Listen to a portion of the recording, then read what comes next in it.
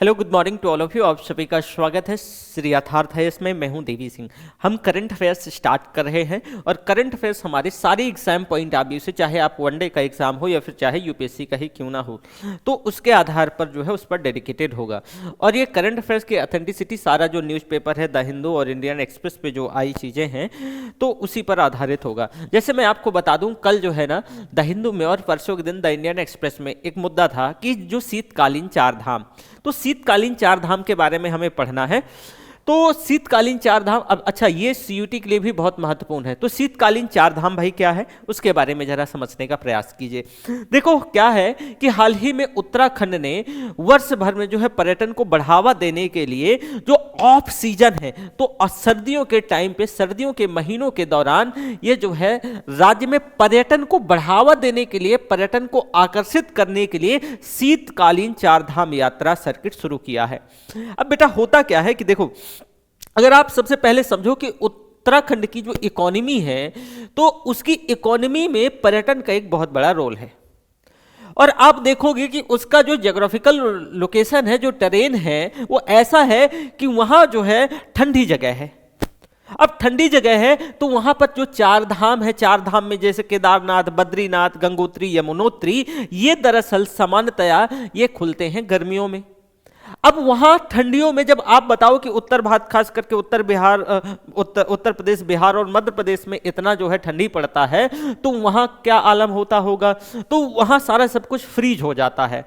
अब जब फ्रीज हो जाता है तो आप सोचो कि इकोनॉमी, जिस भी प्रदेश का इकोनॉमी का एक बड़ा हिस्सा पर्यटन से आता हो, तो उसके चलते आप खुद ही सोचो ना कि अगर 4 माह या 6 माह के लिए वहां जो है रुक जाए प्रॉपरली, कि लोग जाएं ही ना, तो एक सबसे बड़ा इशू आ जाएगा कि भाई इकोनॉमी कैसे चलेगी।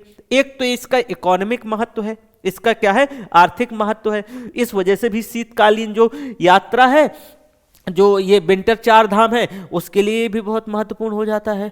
दूसरा, इसके फैक्चुअल इन्फो क्या है, तो फैक्चुअल इन्फो क्या है कि भाई जो चार धाम तीर्थ स्थल हैं, ये चार पूजनीय तीर्थ स्थल हैं, ये पवित्र स्थल हैं। इसमें से जो है आपका यमुनोत्री है, गंगोत्री है, केदारनाथ है, बद्रीनाथ है, और ये जो है गढ़वाल हिमालय में स्थित है। जो गढ़वाल हिमालय का जो क्षेत्र है उसमें स्थित है। अब पारंपरिक तौर से ये मई और नवंबर के बीच इनकी यात्रा करी जाती रही है। लेकिन मैंने जैसा कि बताया कि भाई सर्दियों के टाइम पे वहां बर्फ से ये ढक जाते हैं, जो मुख्य जो द्वार होते हैं, वहां जो मुख्य देवता होते हैं, तो वहां पर जाना मुश्किल हो जाता है। तो दरअसल उन चारों धाम को क्या किया जाता है कि वहां से उठा करके जहां पर जाना पॉसिबल होता है, तो उन मुख्य देवताओं को निम्न भूमि में लाया जाता है। तो सर्दियों के महीनों के दौरान इन मंदिरों को, मुख्य देवताओं को जो है निम्न ऊंचाई पर, भाई ऊपर आप नहीं जा सकते हो तो आप नीचे ले आओ, तो वहां पर लाया जाता है। अब जैसे आप देखेंगे, वही मैंने यहां पर बताया कि चार धाम के दौरान जो सबसे पहले यमुनोत्री, देखो चार हैं, कौन कौन से हैं, केदारनाथ, बद्रीनाथ, गंगोत्री, यमुनोत्री, ठीक है। तो जो यमुनोत्री जो शीतकालीन चार धाम है, आप देखोगे ये मुख्य मंदिर इसका क्या है, यमुनोत्री मंदिर है। लेकिन अब इसकी जो गद्दी, जो इसको जो है ट्रांसफर किया जाता है, जो शीतकालीन गद्दी है, वो दरअसल कौन सी, यहां पर कहां पे किया जाता है, खरसाली में किया जाता है। खरसाली एक गांव है और यहां पर देवी यमुना का, ये आप देख पा रहे होंगे, देवी जो मां यमुना देवी है, शीतकालीन मंदिर है, ठीक है। तो जो मुख्य देवता थे, यानी जो मां यमुनोत्री थी, जो मुख्य देवता, उनको कहां से लाया गया, भाई मुख्य मंदिर क्या है, यमुनोत्री मंदिर है। अब उनको ट्रांसफर किया गया, कहां गया, खरसाली गांव में ट्रांसफर किया गया। जो खरसाली गांव है तो वहां पर ट्रांसफर किया गया, और ये जो है मां यमुना देवी का क्या है, मंदिर है। इसके बाद बेटा आता है गंगोत्री। अब देखिए जो गंगोत्री है, गंगोत्री शीतकालीन जो है, शीतकालीन धाम का मुखबा, गंगोत्री शीतकालीन धाम है, ये मुखबा। मुख्य मंदिर कहाँ है भाई, गंगोत्री मंदिर है। और इसको जो गद्दी है, वो मुखबा एक गांव है, वहां पर ट्रांसफर किया जाता है। वहां पर एक्सेसिबिलिटी रहती है, बर्फ इतना नहीं पड़ता है, तो वहां पर जो है शीतकालीन धाम है। और यहाँ पर जो है माँ गंगा देवी का मंदिर है, जो गंगोत्री का, ठीक है। ये आप मंदिर देख पा रहे हो स्क्रीन पे। इसके बाद है बेटा केदारनाथ। ये शीतकालीन धाम जो है, ओंकारेश्वर मंदिर, उखीमुख, ये शीतकालीन है, ध्यान रखना, अगेन मैं बोल रहा हूं, जो मुख्य मंदिर और शीतकालीन मंदिरों में अलग है।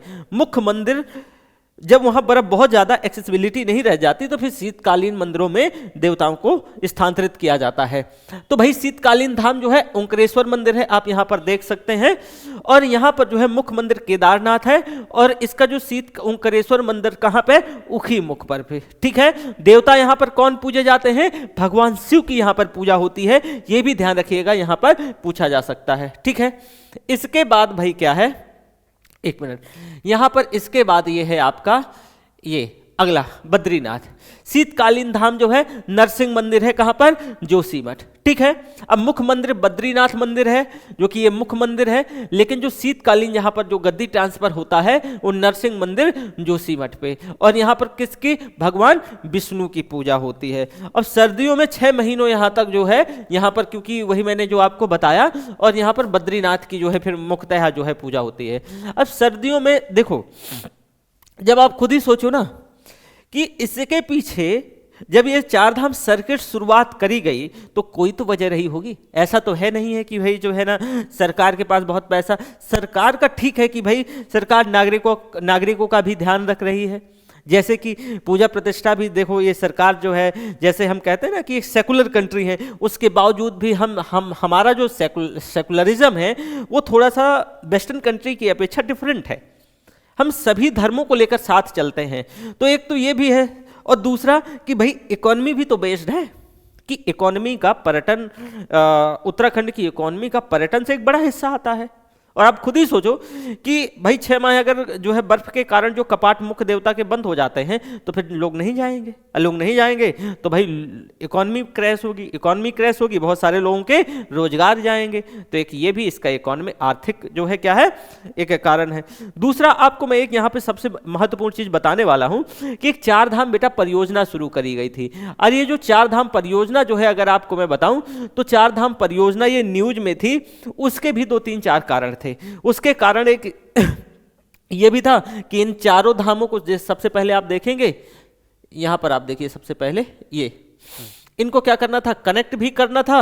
और कनेक्ट करते साथ जो है हमारा, अगर आप देखोगे इसके जो उत्तर साइड में चाइना है, तो चाइना का जो बॉर्डर है इसका उत्तर साइड में, उसकी एक बहुत स्ट्रेटजिक ये इसकी लोकेशन है। तो चाइना इसके ऊपरी हिस्से पे जहां पर चाइना है वहां पर बहुत ज्यादा क्या है, डेवलप कर रहा है। और इसके चलते अगर हम डेवलप नहीं करेंगे तो कहीं ना कहीं पीछे हो जाएंगे। हालांकि कुछ जो है मतलब थर्ड पार्टी जो अलग अलग जो एनजीओज हैं उनने जो है जब इसका अनाउंसमेंट किया गया, जो 4 धाम प्रोजेक्ट को लेकर के जो यात्रा थी, तो उसको उन लोगों ने बहुत जो यात्रा नहीं, सॉरी 4 धाम जो प्रोजेक्ट के लिए जो सड़कें बनाई जानी थी, जोड़ी जानी थी, तो भाई इन्वायरमेंट को लेकर के जो इन्वायरमेंट के संरक्षणवादी थे उन्होंने विरोध किया कि सर ये तो गलत हो जाएगा। फिर सुप्रीम कोर्ट गए और सुप्रीम कोर्ट ने कहा कि नहीं ऐसा नहीं है। सुप्रीम कोर्ट ने 2-3-4 चीज़ें समझाई, तो वो अपना एक अलग कारण है, उस पे हम जो है ना कभी और डिटेल से डिस्कशन करेंगे। तो ये चीज़ें जो है यहीं तक। और ये आपको ध्यान रखना कि आपके मुख्य मंदिर हैं जैसे बद्री धाम, ठीक है, और पांडुकेश्वर योग धाम बद्री, इसमें से जो है नरसिंह चमोली में है, ये पड़ता है, इनकी पूजा होती है, ये शीतकालीन है। श्री केदारनाथ धाम का उखीमुख है, ओंकारेश्वर मंदिर है, रुद्रप्रयाग में है। गंगोत्री धाम का मुखी गांव में है, उत्तर काशी में है। यमुनोत्री धाम का क्या है भाई, खरसाली जो है कुशीमठ उत्तर काशी में है। बस सिंपल सा इतना आपको ध्यान रखना है, ठीक है। तो चलिए ठीक है, थैंक यू, फिर मिलेंगे अगले सेक्शन पे।